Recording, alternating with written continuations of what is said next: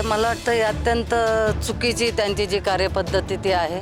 कारण लोकसभेमध्ये जवळपास 250 जागा या भारतीय जनता पार्टी आणि इतर पक्षांना मिळालेल्या आहे आणि त्यावेळेला काही ठिकाणी जिथे जास्त मतं असतील त्यावेळेला त्यांनी हा विषय काढला नाही की आता इथे EVMचा घोटाळा झाला आहे किंवा EVMमुळे यांचं नुकसान झालं आहे. त्यावेळेला काही हा विषय आला नाही.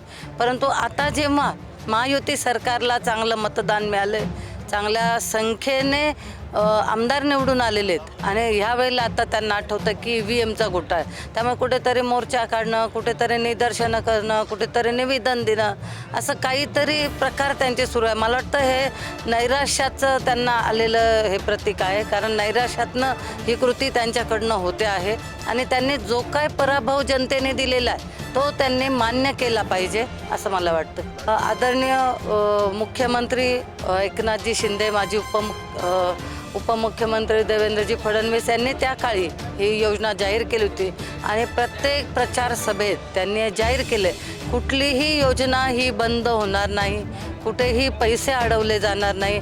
त्यामुळे मी सगळ्यांना आश्वस्त करते की अशा अफवा खूप येतील, खूप जण गैरसमज करण्याचा प्रयत्न करतील, परंतु कुठेही गैरसमज कोणीही करून घेऊ नये.